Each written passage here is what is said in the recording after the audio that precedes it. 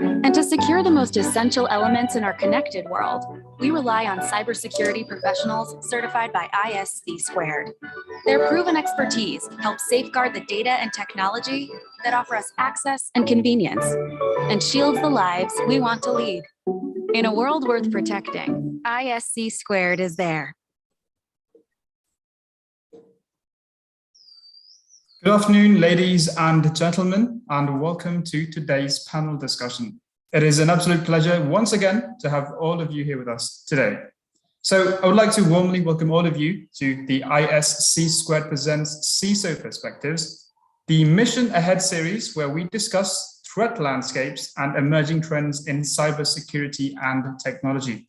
And not forgetting to mention, partnering with us for today's event is Kaspersky. Kaspersky's Threat Intelligence Hub enables organizations with effective defense by continuously updating globally sourced information on ongoing cyber attacks and threats. This covers threat lookups, cloud sandbox, threat intelligence reporting on APT, crime warehouses and ICS, and of course, threat intelligence related to attacks in Ukraine and neighboring regions. And also mentoring, joining with us for this event, the national partners, the Information and Communication Technology Agency, as well as CISO Sri Lanka. And last but not least, the collaborating partner for this event is once again Articulate Asia. And as I move forward with these introductions, I would like to warmly welcome the panelists who are joining us for this event. We have the Chief Information Security Officer at Paytm Payments Bank, Rajesh Hemrajani, the Chief Information Security Officer at the Catholic Syrian Bank, Babita BP, the Head of Customer Support and Professional Services of East at Kaspersky, Igor Akhmatov, and the Head of Information Security at Mobitel Private Limited, Shiranta Pires. And as always, moderating this amazing discussion for us is the President of ISC Squared Colombo Chapter, Sri Lanka, Sujit Christie. And before we move on, I'd also like to mention that we are currently live on the Facebook, YouTube, and LinkedIn pages of ISC Squared, as well as the Facebook and Twitter pages of Articulate Asia. So for everyone joining us from all of these platforms, as well as on this Zoom discussion right now, I would like to warmly welcome all of you to this discussion. And with that said and done, I would like to hand things over to Sujit to please continue and begin the proceedings of today's session. So Sujit, over to you. Thank you, Razula. It's great having you do the introductions, and thank you for all those kind words you shared.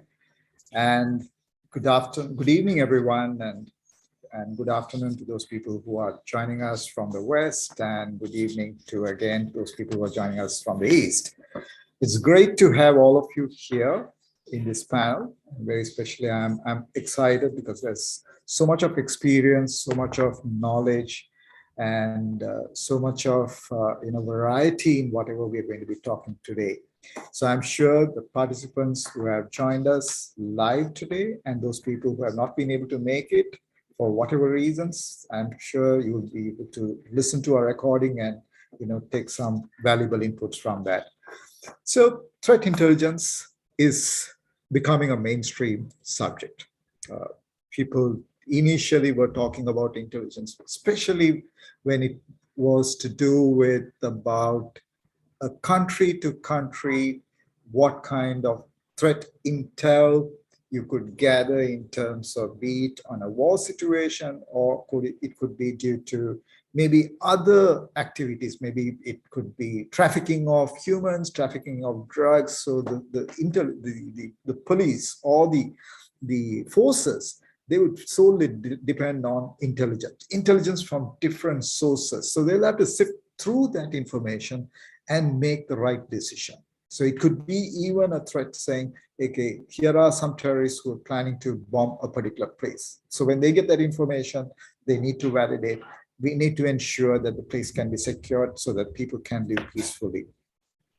I think the cyber threat intelligence is also becoming mainstream, and it is becoming a very important subject, very especially in the context of defining the cybersecurity framework. So when you're looking at a defensive strategy, traditionally we've been looking at technologies to be implemented as a preventive control, or some technologies as a detective control.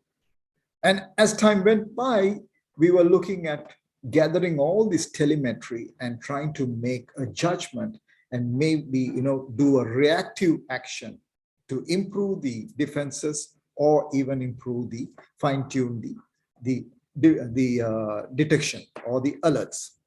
But I think today what we are looking at is, in addition to that, how do we make use of any information relating to a threat? How do we incorporate, how do we integrate with the existing security platforms what we have? And how do we ensure that we can reduce the threat exposure to the organization?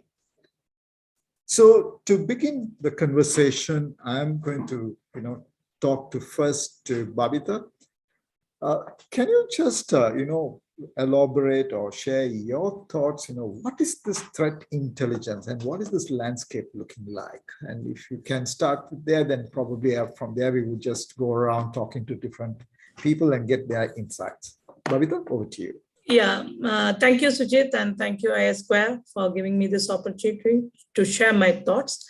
And when we are talking about threat intelligence, it is the need of the time. It is a very relevant topic we have taken for the discussion. And when specifically to the threat intelligence, the way the cyber attacks are happening nowadays, it is around the world. I think even every second, some way the other attacks are happening. And we security professionals are trying hard to find that how it has happened and whether the same scenario might occur in my environment, and how, if at all it happens, how I'm going to mitigate it, or I am going to prevent it, or how I'm going to detect it. So that is the question which might arise in every professional's mind. And there comes the importance of cyber, this threat intelligence. So if you ask me to put it in sentence what threat intelligence is, I'll say that it is a evidence-based knowledge, or which can be a IOC or a vulnerability information, or even it can be a blacklisted IP, whatever be. It is a information with respect to some exploits or vulnerabilities that can cause some cause of hazard to our environment, and how it even gives us how we can mitigate it, or how we can prevent it. So that is what is threat intelligence in a simpler way I could explain.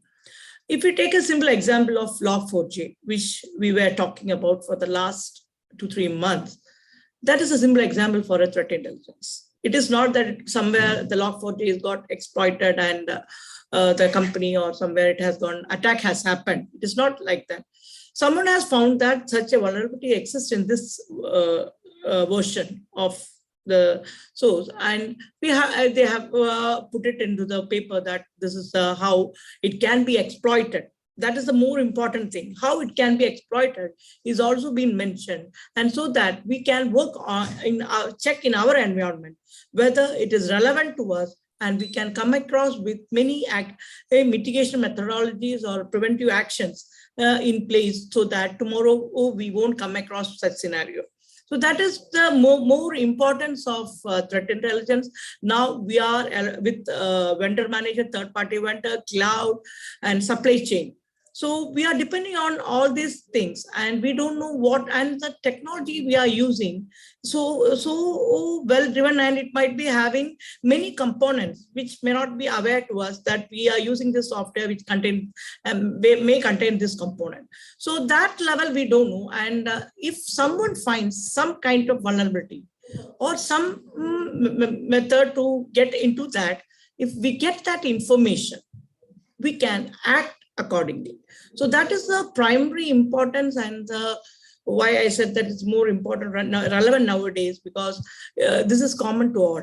And if we get an information, that information is what we call as a mind now, because without information, that is unknown, we don't know what to do for the unknowns, but we can do something for the knowns. So threat intelligence is the information which gives us that this is what it is. And if it is there in your environment, you can mitigate it in this way. So from there, if you ask me where and all you can get the threat intelligence, I can say, right, if it's in India, our regulators also are sending a lot of information regarding the latest kind of attacks or IOCs or blacklisted IPs, or even the region locations. They can give us those data. And cyber vendors, cyber security professionals and vendors and threat hunters, they are the one who is mainly giving this kind of information. So main advantage of this is that we can take proactive measures. So threat intelligence is a detection methodology which can be used as a proactive measures to contain the attacks and prevent the loss. So it will reduce the damage that can occur in the organization. This is my thought for this. Great views there, Babita, because you actually laid down the platform for us to continue the discussion, because you touched on two keywords for me. What I picked up is proactive defenses, right? So you can use this intelligence to proactively defend your cyber estate. So Rajesh, just shifting the conversation, right? Now, today, when you look at the physical world, we are dependent on different sources for intelligence. Now, like Babita said, like CERT-In is an example. So like in the context of CERT-In, we have Sri Lanka CERT, who is also the national partner for this event. So they are a source to share that information. And there are different sources as well, the vendors included. Now, in the physical world, we would have, somebody who is actually looking at terror activities. Somebody might be looking at laundering activities. Somebody might be looking at, smuggling and things like that. Now, there is always a connect between the physical world and the digital world. And that is becoming, the line between the physical and the digital world it doesn't exist anymore, right? It's very, very thin and fine. So what kind of information do you think an organization should be looking at when we are looking at threat intel? Rajesh? Sure. First of all, thanks Sujit and ISC to chapter for inviting us. I think it's definitely a very good forum to at least disseminate some of this information. So I just wanted to, before I get into your question, I just wanted to, in fact, add to what Babita said. So I think in this current information overload environment, it's very, very important. There are three key ingredients for any threat intel, which I think Babita also touched. One was basically it has to be evidence-based. So this is definitely the information which we get is too much of, it's overload of information. So it has to be some sort of evidence based, because you don't know, am I right, with the type of AI MLs and all that available these days. So you can't actually know what is the actual genuine information which is there also or not. So I think it has to be first, the three main key ingredients are, first is it has to be evidence based. Second is it has to be contextualized according to whatever the environment which you are in. And the third is that it has to be some action oriented. It has to say what exactly needs to be done to basically take action on that information. So I think these are the three key ingredients for any threat intel. Coming back to your specific question on that, so I think there are so each threat intel which you get now as a CISOs or now from C-level executives, when we get this sort of information, there are three levels to disseminate that information as well also within the organization, right? So what is that? At the strategic level, this information needs to be understood and told as well also. So guys like us who are the CISOs for the banks and all that has to tell to the board or to the senior management what exactly is that particular intel is for, and how exactly it's going to impact the organization, their bottom lines and all that, because they understand the numbers, am I right, from that point of view. So suppose the example which Babita took, Log4j, am I right? So technically I don't need to in a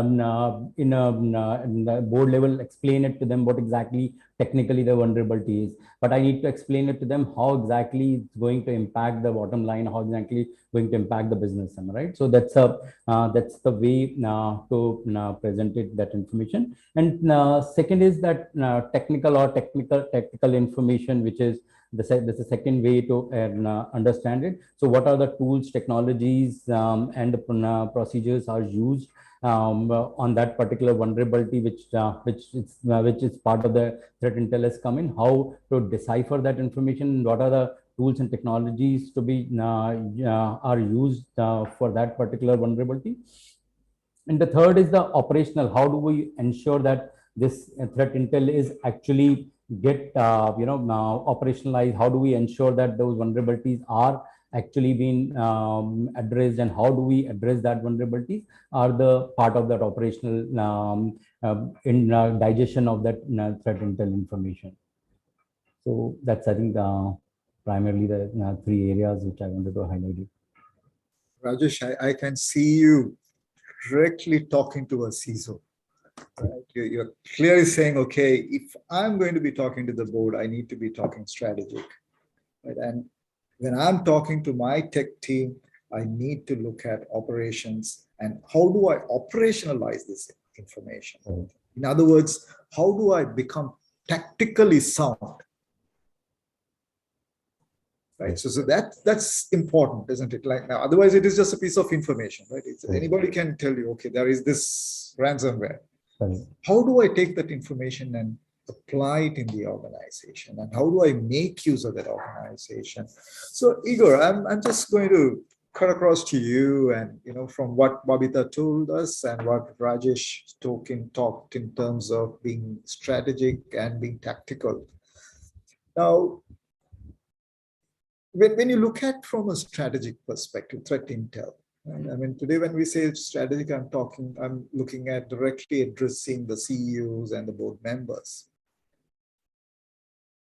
What should be the pitch you would actually give, or empower the CISO to go and make that pitch, right? And likewise, when you turn around and look at your tech team, how do you encourage, motivate them, equip them to use this information to operationalize it? Since you come from a very technical background, so you can go technical, because I think there are a lot of technical people out there.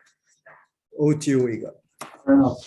Thank you very much, Sujit, and I would like to also thank you for the Colombo chapter of ISC too, and thank all other panelists and Babita and Rajesh for saying what they said. And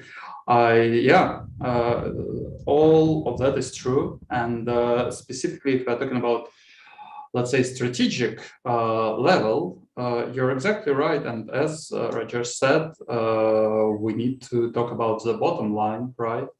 And if we are talking about, I would also like to say that threat intelligence is a very wide umbrella term, right? Same as you said, the intelligence is huge, going from, let's say, strategic reports saying, for example, and with evidence-based, of course, that, let's say, next year, agriculture industry may face increased attacks, coming down to the specific vulnerability or specific threat actor or specific blacklisted IP, right? All of that is threat intelligence. And yeah, if we're talking about strategic level and CISO having to prove, or IT security manager, depending on the size or maturity of the organization, having the need to prove either budgets or change in structure or anything. Yes, the main helper in my mind would be there are two actually ways. One is preferable, the second is less preferable. The less preferable is result of existing attack, right? Because let's be honest, the attack which was successful, or let's say not successful, is quite a motivating factor to increase security budgets. But obviously that's not what we want to do, and that's where the threat intelligence come. For example, there are APT intelligence reports, which can be either open or paid, and they clearly show which, well, depending on the vendor which provides it, or certs, or any other organizations, they can either show that the specific region will be more affected by the APT or specific industry, or specific even companies. There are also, again, another part of threat intelligence can be quite individualized or customized. Again, I assume other vendors do that as well, but if we're talking, for example, about Kaspersky, we have the digital intelligence footprint, right, where the information, the security posture of the company is looked upon from outside, and let's say the dark web is being searched, whether it's, again, if it's specifically for one company, it can be quite a good example if there is a desire to start an attack against some company or specific industry. And again,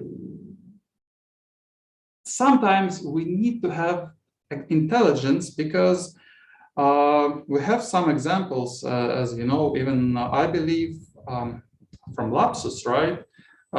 They, in some cases and in some other cases, it wasn't malicious software which was used, inherently malicious. It was legitimate users getting paid to install something in the perimeter, right? Or it can be a bad actor. So, sorry for the long speech, and please interrupt me if I go for too long. I tend to do so. So I would say, you're good. Please continue. Thank you very much. So yes, in my mind, the best helper and best ally of CISO when talking to the board or CEO, or if it's IT security managers, talking to somebody who is, let's say, working with a budget. Yes, it's specifically quite high-level reports, because we all know that CEO won't look at some technical data because they don't have time, not because they don't want to. I'm sure they would like to, but they will never have time. And specific reports either open, which, for example, show, as I said, that some industry is under attack, and there are predictions. Because again, how these predictions come to be? Through intelligence in, as you said, in the quite classical form of intelligence, of information gathering through dark web and so on and so on. Because how criminal actors operate, they go where they have profit. So if there is an understanding that something is, how should I put it, popular for criminals, and they do share this information between themselves, right? If it's something is popular for them, they will go there. That's why the most malicious files and so on are for the most popular operating systems, right? So if there is an increase of attacks on one industry, and there is, let's call it, noise in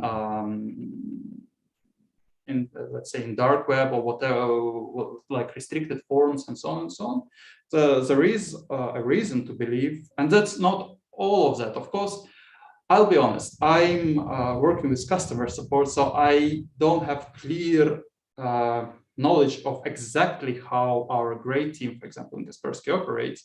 There are like, and again, that's intelligence gathering team, same as in other companies or organizations who collect this information, intelligence, and based on that intelligence, on the evidence, they provide specific information, and that's what CISO can use to talk to CEOs and the board to show that there is an evidence that their industry can be attacked, or they have been attacked. For example, if well, recently there was an attack on an agricultural company in Russia, for example. Obviously, all other agricultural companies are quite interested in raking up the defenses, and they, of course, would like to know what exactly happened to be able to rake up the defenses in the correct place. Because, again, another point, we don't have budget for everything, right? We need to increase the defenses at the right places. And that's where this report, this information, this analytical reports also help. That's if we're talking about strategic points. If we are talking about tactical or technical ones, this is, of course, also important, but I would say it's less important for people who are working on the ground or for security officers, right? They need to know the strategy, they need to know the direction, which will be shown to them by CISO, sorry, and but they also need to have some actionable on quite low level information, and that's where we are coming to. There are different levels, right? I'm sure we will discuss them in more details later on. Absolutely. So we'll discuss the levels in the subsequent sure. round. You shared a lot of insights. So you took one example in terms of looking at a particular industry and when they get targeted, right? And there is a confirmed information saying that they were compromised, right? So it actually is like the COVID situation, right? Where you say there is infection, there is people being, falling ill. What do we need to do based on that intel, right? I mean, I can't give a better example than that, right? In terms of summarizing what you just said. Thank you. Yes.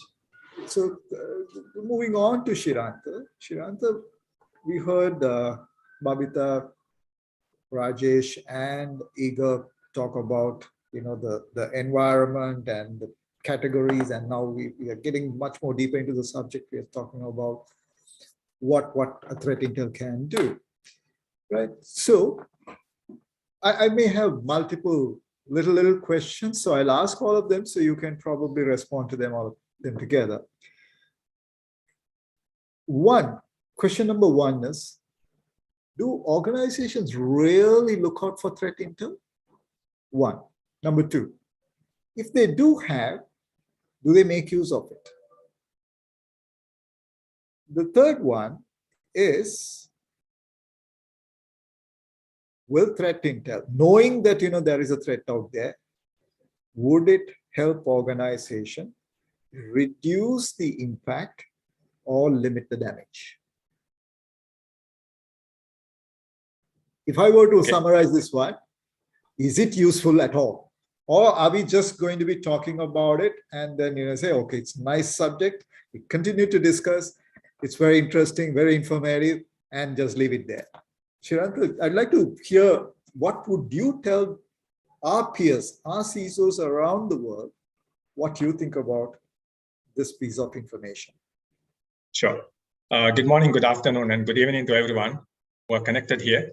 It's great to see you all. But then before answering Sujit, your question, let me give a little bit of red meat to the base, yeah, so that I can easily probably explain your question. So threat intelligence, as Babita mentioned and Rajesh also confirmed, it's evidence-based knowledge. So not only evidence-based knowledge, actually it's includes skills and experiences as well, which has been seen elsewhere. And then when we are saying this evidence-based knowledge, skills and experience, essentially we are talking about the contextual information, the mechanisms deployed by those bad threat actors, and indicators, implications, and also actionable advices about an existing or kind of emerging, I would say, a threat. Yeah, so that's what we are looking for, as part of a threat intelligence. And essentially, threat intelligence is not just a product. It's not just a bunch of information. Actually, it's include a process as well. So it's a combination, I would say, a program or rather a product plus a process. And then talking about organizations, making, let's say, proactive mitigations with predictive capabilities while utilizing or incorporating threat intelligence for their future attacks.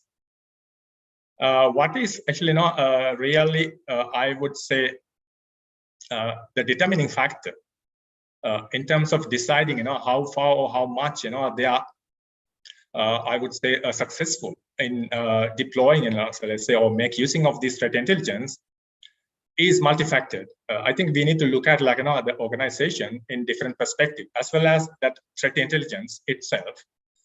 So talking about the organization itself, I think the maturity of the organization or the cybersecurity maturity of the organization plays a vital role.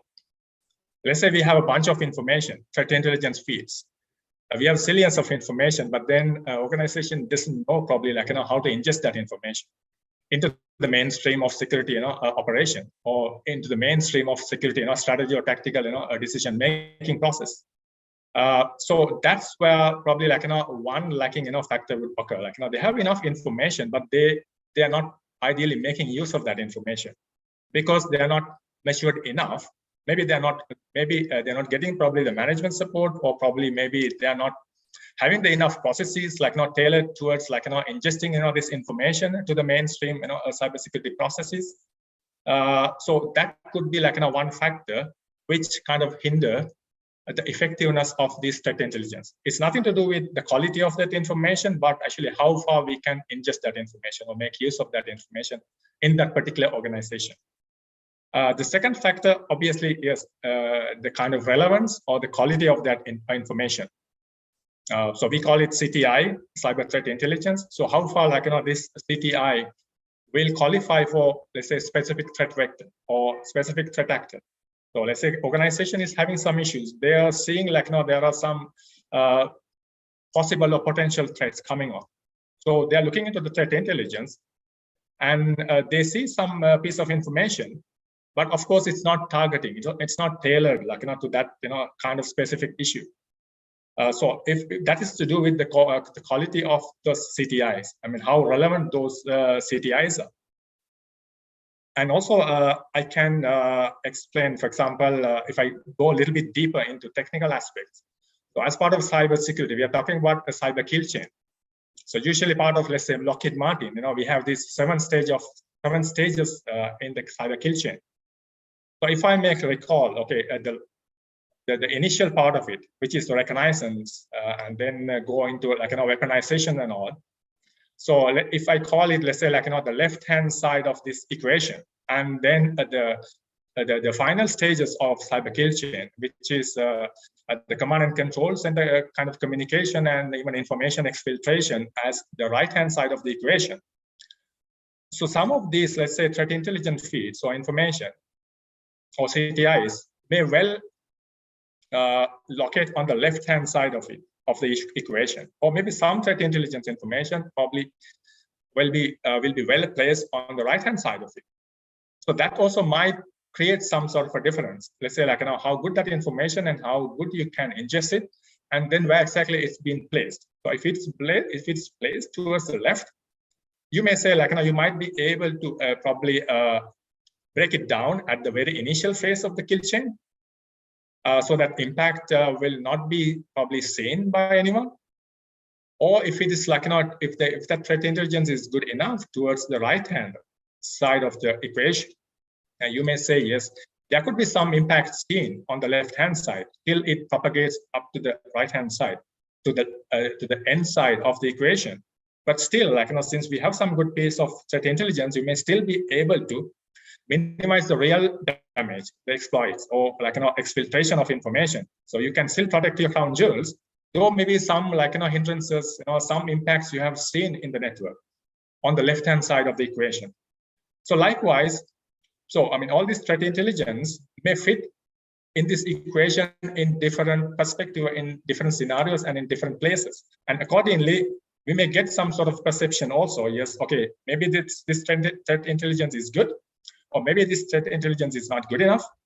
So I think it's a mixture of all this: the maturity, the quality of the information, and then also the perceived kind of importance or expectations of the community on top of this threat intelligence. Probably create that kind of dilemma. Okay, is this really a hype, or is it something really worth? But to me, I believe, yes, if it is properly being utilized, properly being instrumented, I think, of course, we can make good results. But again, it doesn't mean we can 100% rely on threat intelligence. We can forget about everything else. Cybersecurity is a very vast area. So, threat intelligence is only very elementary piece of it. But if you do it right, I think we can get the best out of it. I'm not sure if I answer your questions. You did. You actually opened a can of worms here, right? So you said it is important, right? And it has to be used diligently, sensibly. If it is not used sensibly, it is just going to be of no use, right? So how do we use it for strategic purposes? How do we use it for tactical and operational purposes is something which a lot of experience has to go into it, right? So the lot of use cases have to be built in, right? So Shiranta, I'm just going to move on to Rajesh and ask a question from you, Rajesh. Now, today, if you look at our ecosystems, now, I mean, people have now started talking about pre-pandemic, post-pandemic, and they call it different names. They call it the hybrid world now, or hybrid work environment. They also started talking about zero trust and so on and so forth. And today, I mean, looking at my panelists, all of you, you belong to critical infrastructure organizations, right? So Babita comes from a bank, and you are a virtual app-based mobile bank, which is predominantly used by the common man to transact day-to-day, buy grocery and stuff like that. Then we have Shiranta, who is basically a platform on which we build all our infrastructure applications. So I mean, it can be argued who makes more money, whether it's a telecom operator or the others, but I'm not getting into that. But the question I want to ask you is, the ecosystem is becoming very complex, right? So we are tightly integrated with each other. And on one side, we have the customers. On the other side, we have the partners and the vendor ecosystem. So you have an interconnected network. You are dependent on a third party to provide you that essential service. And you have n number of devices which are getting connected to your network. So my question to you is, how do you put your organization and the third parties and the third party related risk and make use of the threat intel to manage your risk exposure? Rajesh? Excellent question, Sujit. So thanks a lot for asking that, and considering that, the whole ecosystem, or for that matter, nowadays, it's a time for specialization. So if you are doing a banking, you would only focus on a banking, am I right? That some of the technology and some of the aspects you will leave it to the your third parties to manage it, who may be domain expert in that particular domain itself also. So there's a very good saying, and I'm not sure everybody correlates it here, but in India, if you ask any banking person, he will tell you that, because the first thing our regulator says here is you can outsource the work, but you can't outsource the risk. So basically, the risk remains with you. Am I right? So so we are basically, and then it goes back to the saying, the chain is no stronger than your weakest, the weakest link of that chain itself also. So the whole supply system, the whole supply chain system itself, each link plays its own role there. Am I right? So even though I have put in all my controls and all that, but now if one of my supply chain is weak in that, now we are as vulnerable as of that. And we all have seen it. Supply chain attack is the latest which is happening everywhere in the last couple of years. If you see most of the attacks which has happened, because most of the organizations has built those basic controls, am I right? And so the most of the attacks which are happening through the supply chain, and SolarWinds, or for that matter, Mimecast, or any of those attacks, if you see recent, they all were actually exploited by one of the third parties there itself also. And SolarWinds almost like out of Fortune 100 companies, I think some 90% of the Fortune 100 companies uses that SolarWinds, right? And how vulnerable all those organizations became in just by exploiting one organization. You can imagine the how can you extrapolate that information. So I think so the typical gap which any third parties, and you would have seen it, most of the organizations has some or other third party assessment sort of a framework, and they primarily rely on three aspects. One is they look at what is the business we are doing it with that particular third party. The second, they look at it whether the third party is certified, ISO certified, or maybe some other certification, SOC 2 compliant also or not. And then third, they look at it, the overall risk assessment of that. So I think the thing which, and these are all, now we are in a very dynamic world. So what I have done the assessment maybe a year back may not be relevant at all now, am I right? So I need to have that contextual information which continuously keep updating the risk profile of my third party or my partner as well also. So this whole risk scoring itself also plays a role there. So I at any given time should be able to see what is a risk score of my vendor as well also. So I think this whole risk scoring of the third parties plays a huge role, because the one assessment which you are doing it in a year is not enough in a dynamic environment of that.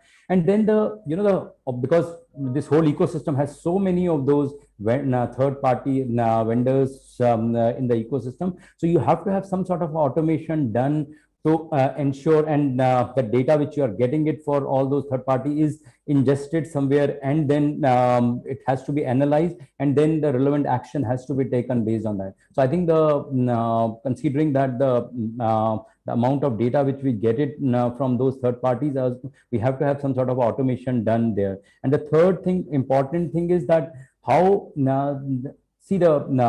a good company, a bad company will get reflected, and eventually when organizations like global organizations like Microsoft, Google, so the world also been hacked as well also. So the difference between a good organization and a bad organization is how quickly, once the attack happens, how quickly you respond to it, and how quickly you mitigate that attack is something differentiate from one company to another company. So the third important bit which we all have to do it with our partners is, so we eventually understand that, am I right? So we have to rely on them, they also have to rely on our business, and we have to rely on them. But at the same time, we have to work more as a partners with them, and understand what are the actions they have taken it, even if they get attacked, what are the actions they have taken it, which gives us sort of a comfort that they have the controls and they have taken enough measures.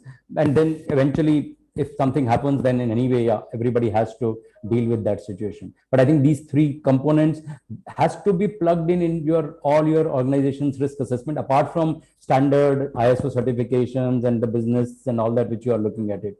So that's very important thing. Yeah. Rajesh, very important points were brought out by you. Frameworks are important. Being certified to a standard is also important, very nice. But how do you make use of the framework to make a risk framework the lifeline of your organization? For example, you quoted 27001.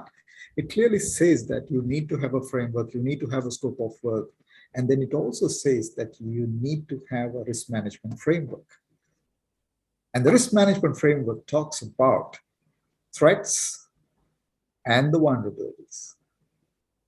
We're also talking about the likelihood of those threats, where you compute and arrive at a risk score, and how it impacts the overall performance of the organization.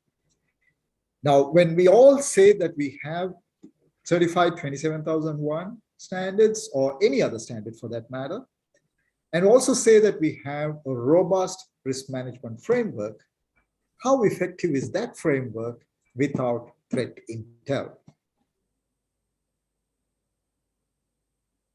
It's something for us to reflect, isn't it?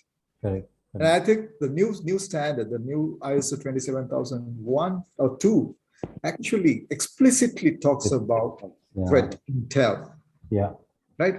So which means it's no longer an option where you can treat it as, okay, if I want it, I will do it. Otherwise, I will not do it.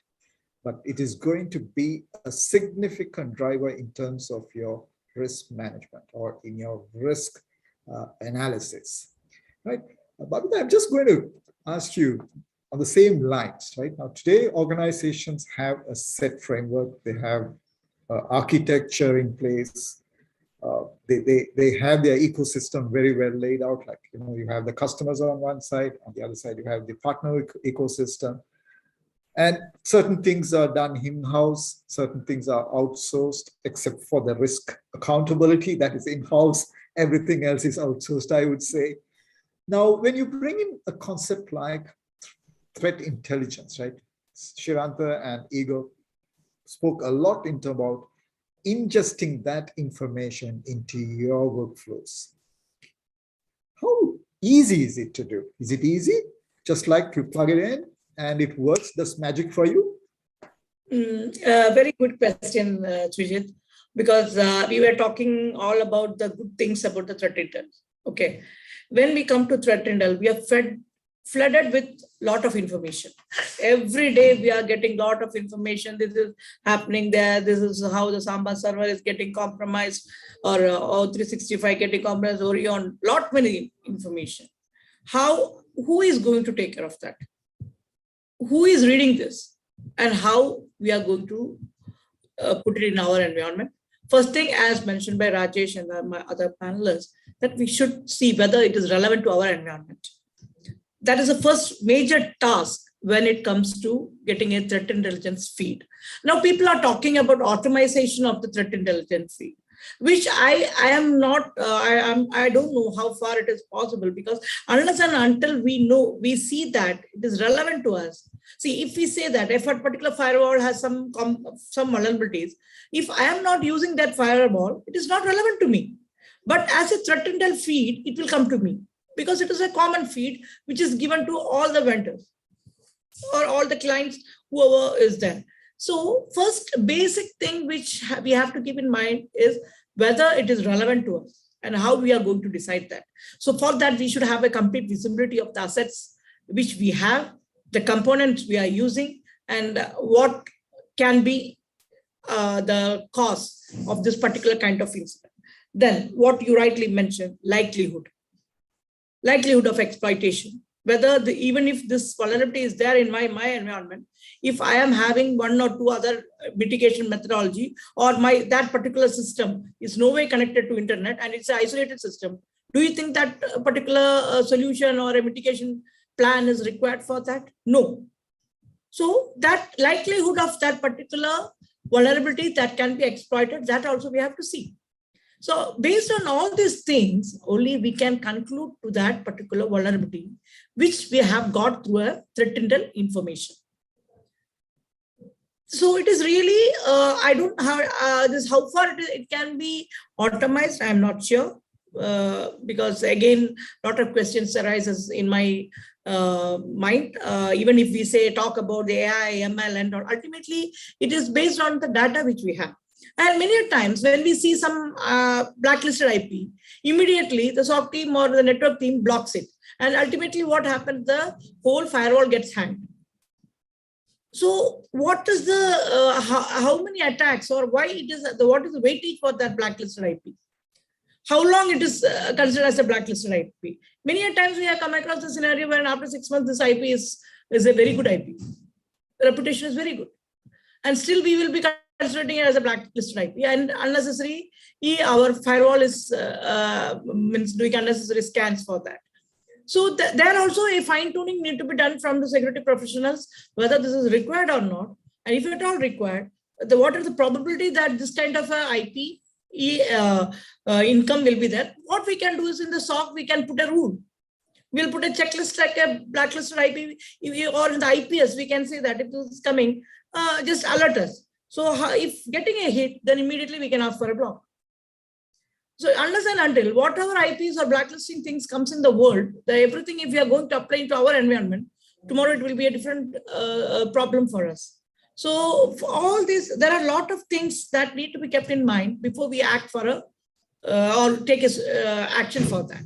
So definitely, but based on if we are telling that there's ransomware, WannaCry, or something of that kind, definitely we have to take action because we don't know. It is a proven thing and we cannot wait for something to happen.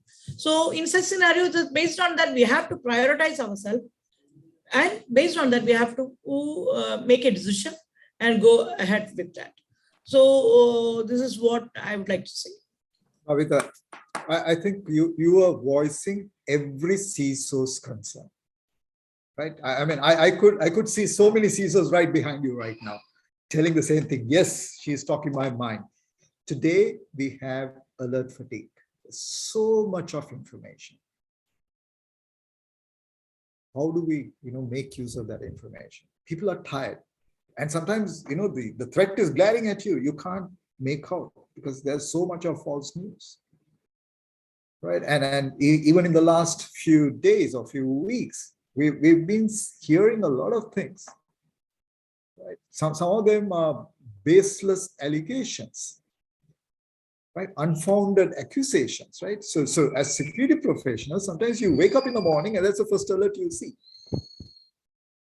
And then you're worried about your organization, your ecosystem, and then you start calling all the CISOs in your ecosystem, or all your CISOs in your contact list, saying, I saw this news, what are you seeing it? Or sometimes if somebody has woken up before you, he's going to be, he or she is going to be reaching out to you. So I think that's a problem, right? So I guess you have information. How do we know for sure that is relevant to me? How do we make use of that information so that it can be far more effective in building my defenses? So I don't think we have an answer yet. Maybe let's see whether we can find an answer before we conclude this session. So Igor, I'm coming to you right now.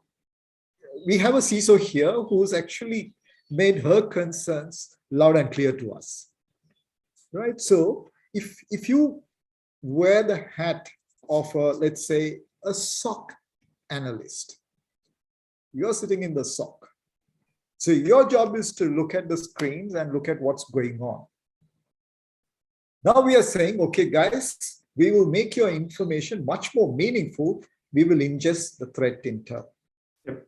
Can you walk us through a typical use case as to how you're going to make that SOC analyst's life better, and thereby the information which actually gets generated, whether it is true or false, the number of alerts can go down, whereby the CISO can now make very concrete decisions and advise the board what actions to be taken. Igor? Yeah, thank you, Sujit, very much, and thank you, Babita, for such clearly showing the problems which can be there, right? And well, I would be talking, answering your question, Sujit, I would be talking about, let's say, generic threat intelligence. Yeah. So I would say, first of all, it really depends on the quality, right? I mean, it always comes down to this as well, of the threat intel. Yeah. And let's assume the quality is good, right? Because because as Babita said, if, let's say, some organization provides a lot of, let's say, false positives, right? You will need to use it in a bit different way, yeah, if you still need it. I will tell a bit more. So in my mind, how I see this is, if you're in SOC team, there are at least a few use cases which you can, not even in SOC, but let's put it this way, if I may go a bit wider in IT security team, right? If you are sure, for example, let's say in threat intel, you can have 100%, as Babita said, sometimes you are concerned whether it's 100% or not, but normally if someone says that the file is malicious, it is malicious, it shows malicious activity and it's clearly tied to malicious activity, then you use it as a use case in alerting and blocking. So you as a, let's say, SOC member or IT security team member, you are being alerted, or if you are sure in the quality of the feed, you put it as direct blocking, right? Or if it's depending as well on the qualities or categories of the, let's say, information itself, whether it's suspicious or whether it's 100% malicious, for example, right? If it's clearly confirmed, you just block it. That's, again, that's a bit direct way. If we're talking about SOC, you enrich, and I believe this is where for the SOC team, it is very important. You enrich the telemetry and you integrate the threat intelligence specific evidence-based with, and now I mean, not only just evidence-based, but as well specific IOCs, specific IP addresses, hashes, and so on, whatever we mean by IOCs, integrate in the security orchestration products or services like CM, EDR as well, even SOAR, SOAR, yeah. Not only for direct blocking, but as well to enrich and contextualize the information received from there.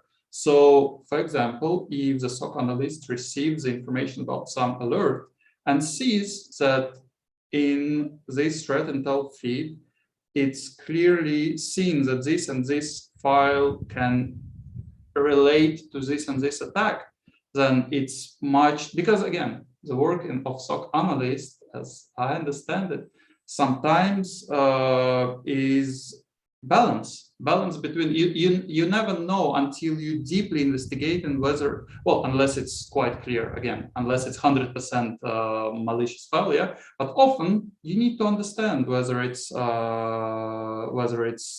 attack or not, or it's some just bad consequences. Let's say somebody actually forgot their password, somebody actually just tried for some reason run adware, yeah.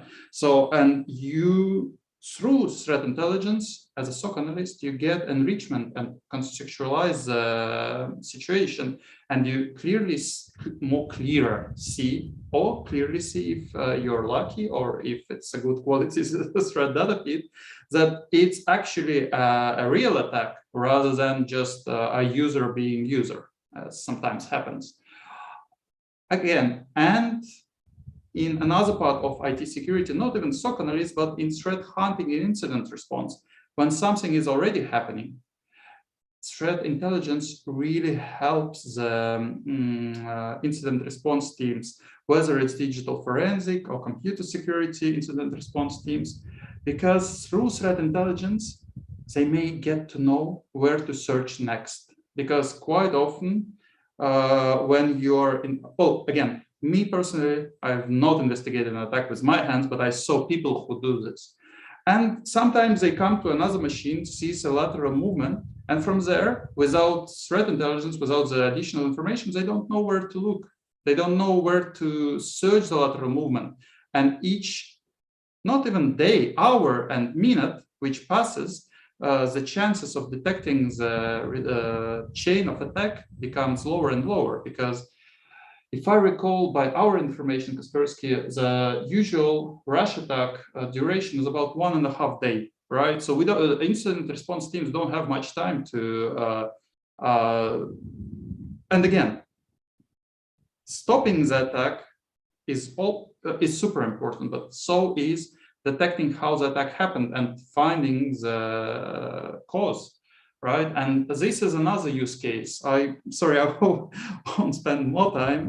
There are additional ones dedicated, let's say, to threat actor tracking. That's about looking at the company from outside, yeah, surface and dark web and monitoring. But again, it's more enriching the information not of the SOC analyst, but CISO decisions to understand how it looks from outside and where to try to build up the defenses. I hope this gives a bit more information. And if I may, I just like this quote from Sanzi. It's when you asked, I believe Rajesh, when you asked if CISO will actually be using, or teams will be using this information, I like this quote from Sanzi Out of the War. Forgive me if I won't be correct in exact words, but if you know yourself and your enemy, you don't have to fear 100 battles. If you know only yourself but not your enemy, you may lose every other battle. If you don't know yourself nor your enemy, you will lose every battle. So it's just I have kind of emotional reaction to a question. Yes, please, if there is a threat intelligence. I think you had very strong words there, right? Those quotes which you're just articulating. If we don't what we have, if we don't know what we have, and if we don't know our weaknesses, then it's an opportunity, because for us, we've got to find everything and plug it. As far as the enemy is concerned, he has to just find one. Yes. Right, just one. So how well can we integrate well so that we can continue to discover, continue to improve our defenses? So I'm just going to cut over to Shiranta. Shiranta, you heard Igor talk about some of the use cases, like what happens in a SOC, and very especially he mentioned about incident response. Now, sometimes incident response is the last thing people even think about, right? It's about like saying, okay, you have a problem, you can't fix it, reformat, plug it back in. No learnings, no documentation, so nobody knows what happened. There is no trace of what to look for when you have a similar incident in the future, right? So how do we take all these little things which happens at the operational level and present it to the C-suite, the board of directors or the CEO, and tell them, guys, our security posture is this, we are doing good. These are areas where we need to improve. Yesterday we were good here, but today we are bad here. Yesterday we were bad here. Today we are doing good here. What would be your use case to present an analogy to the board using threat intel? Yeah, I think, of course, as Igor mentioned, yes, like this type of incident response, and then whatever learnings and then experiences that the organization has acquired, probably in a bad way, in the sense probably they may have been breached. So they had to go through this type of discomfort and then somehow contain and then come out of that situation. So they have kind of learned it in a hard way. So this information obviously again contribute towards the threat intelligence, because threat intelligence is nothing but something happen anywhere else or even within your own organization. So all this will accumulate towards your threat intelligence. And then it's a kind of a learning. For example, if there were some breaches, some cases exploits in the past, that shows maybe there are certain areas where the company was lacking, where the security posture was lacking. So that's where we have to make sure that necessary controls are built in so that we can somehow kind of mitigate those areas so that it will not happen again. And then again, this is kind of I would say the bold form of it.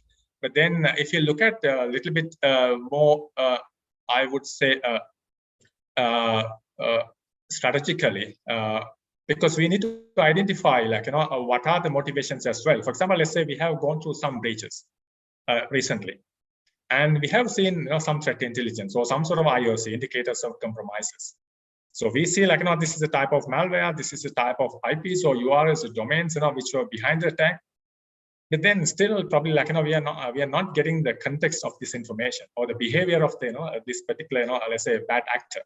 So that's where I think even Rajesh also mentioned the contextual information is quite important. So how we can bring that contextual information also to this particular threat intelligence piece, that's quite important.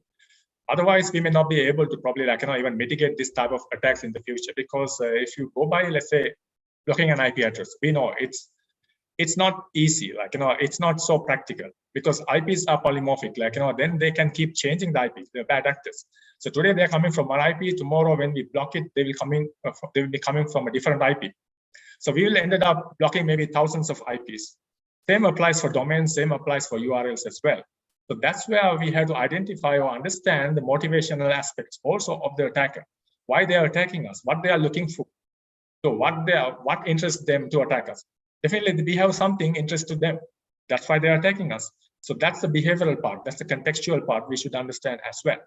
So we should, especially when we talk to the CISO and the board level, yes, we have these technical capabilities, technological capabilities. We have our SIEM, we have our XDRs, we have our SOA. Yeah, but still probably we have our threat intelligence suites as well. Maybe it's all integrated to our SOA and then SIEM technologies. So it all looks fine, but still we have been breached. Yeah, so we have to still go back and then talk to the board and asking for maybe more funds. So what is our, yes, as you said, what is our use case? Asking for, let's say, more assistance. So where do we have to improve? I think that's the contextual analysis or contextual knowledge also that needs to be built in, so that we understand what are the motivations of the attacker. On top of the threat intelligence, usually threat intelligence comes with that piece of information also, but usually we are not looking into that aspect. We just go by the technical aspect of it, the IP address, the domain, URLs. So that's what we are behind, the IOCs. But the TTPs, we call it tactics, techniques, and procedures. So those are the things mostly missed out. So if we are, I think kind of considerate of those aspects and then go and present to the board as well, saying, okay, if we were breached, okay, this is where we probably lacked. So this is where we were missing. So this is where we need some strategic, let's say, threat intelligence approach as well, because we can see certain bad actors interested in us because of these reasons, these motivational aspects. And then if we can cater, let's say, those requirements, or at least counteract those requirements, I think we will be able to a little bit effectively or more effectively face this type of challenges in the future. I think probably that is our kind of proposition to the board. Absolutely, Shiranta. Those are very valuable thoughts. So I think we are very close to wrapping up our session. So I just want to quickly recap. I'll start with Babita, if you can, say a few words in terms of what are those takeaways for all those CISOs, heads of security. What should they be doing in terms of looking at threat intel and their security schema? A few words. Yeah, when it comes to threat intel, definitely it helps CISOs like me because this information, based on the information, we can take proactive measures. And Igor has already mentioned that how we can get budget. Also, if we want a particular tool, if we say that, articulate that this is a scenario which has happened somewhere, and tomorrow, if it is happening in our environment, what will be the consequences, and what will be the loss we will be incurring, and we can correlate that and tell the budget of what it will be for a cost benefit analysis can be done and portrayed to our board to get a better budget proposal. And I think threat intel is a very good platform for that. We can utilize that for that. And because everyone have a feel like it won't happen to our environment. But now the scenario is that everyone started understanding that it can happen to our environment at any point of time. And the zero trust architecture have to be followed. Without that, because we don't know what can happen. So whatever possible way, we have to multi-tied architecture. That's what I used to suggest. Only one solution or one tool doesn't fit to all. So we have to configure the solution as well as architect our framework, our network, as well as our ideas in such a way that even if one fails, the other should detect it and give more importance to detection as well as prevention. Prevention is the first stage. If not possible, how far we are able to detect. So that proactive measure, threat intel definitely help us to take proactive measures to analyze our existing system and to take necessary actions to prevent it. So that is what I can say. Thank you, Babita. I really appreciate your thoughts and for being here. I know you've got to run for a meeting, so I will definitely let you go. If you've got to go, you can leave. Yeah. Continue with Thank you so much. And it was a wonderful discussion. Thank you all. It was a knowledgeable session for me. Thank you so much. We'll stay engaged. Thank you. Okay. And we will continue, right? Shiranta, Igor, we will continue. We need to do the closing remarks, right? So Shiranta, coming to you. I mean, I understand that Rajesh had a technical issue, so he's just dropped out of the call. In your mind, closing thoughts as a CISO, what is that message you want to convey to those people who are out there in terms of enhancing the security schema or the security posture of the organization? What should they be doing? Yeah, I think threat intelligence, of course, because again, our talk is about threat intelligence. It's an important piece of element, as I mentioned earlier as well, part of an organization's overall cybersecurity program. So, I mean, as long as we are going to make use of it the way it should be, I think, like, definitely we can, reap the benefits of it. But sometimes probably we face challenges because we don't have maybe required resources or technical capabilities, or let's say, like, required level of threat intelligence. Sometimes we haven't chosen, like, the necessary threat intelligence. That's where, like, maybe some lapses, may arise. But otherwise, if it is properly configured, properly being used, and certain workflows are automated, processes are in place, and organizational maturity also supports it, I think, like, we can get the maximum out of threat intelligence.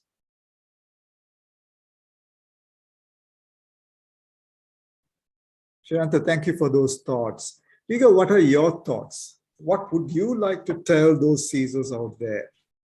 Should they use it or not use it?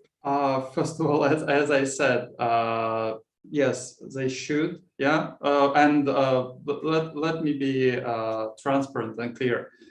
First of all, I would like to really thank everyone to showing me some of the thoughts and ideas, right, shared here. I would definitely, again, as you can imagine, working in customer support, I'm seeing usually the not so great cases sometimes, right? So yes, I would say that if, let's say, if there is threat intelligence, let's say, which is a free one, I believe certs are providing that, right, on country level, definitely it must be used, even not for, let's say, legal reasons, but because I believe in some countries it should be, because that's a responsibility of, again, I'm not sure in which country it can be different, but in a lot of countries, I mean, it would be negligence not to use it. If we're talking about, let's say, paid ones as well, yes, and again, I will have to mention it because I truly believe as a person in our company, in Kaspersky, and we as well have the answers, I believe, to all of the questions I've heard here, because if you're talking about contexts, the records, even the records in the threat data feeds are contextualized, the reports are showing the bigger picture. So, well, I would say wherever the information of threat intelligence was gathered, as if we're assuring this quality, it must be used. Not using it will be it will be wrong, because yes, as you said, if we know something, we need to use it and we need to action on it. And well, for example, if we're talking about Kaspersky, the starting point would be openT.kaspersky.com, right? It's a free threat intelligence portal from where you can check some things and check out the premium services. That would be all from my side, and thank you for the opportunity. I really enjoyed the discussion and all the thoughts. Thank you. Pleasure having you here, Igor. Right, there are things I learned. There are things I asked on behalf of all the CISOs out there, right? So I think we found answers for those. Some probably we will have to work a little harder to find a better way of doing it, like in terms of ingesting.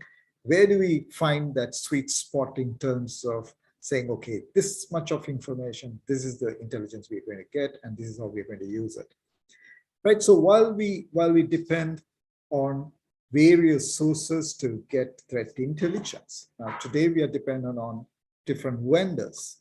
It could be a product vendor, or it could be specialist security organization which has their research hubs across the globe. So they collect this information and share it with us, either some of them free, some of them for a price.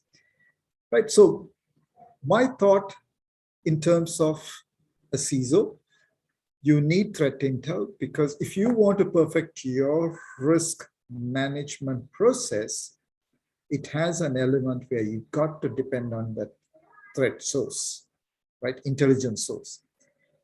And like Shiranta mentioned, if you're going to look at orchestration and various other aspects, these technologies or this information will even help automating it rather than a human intervention, right?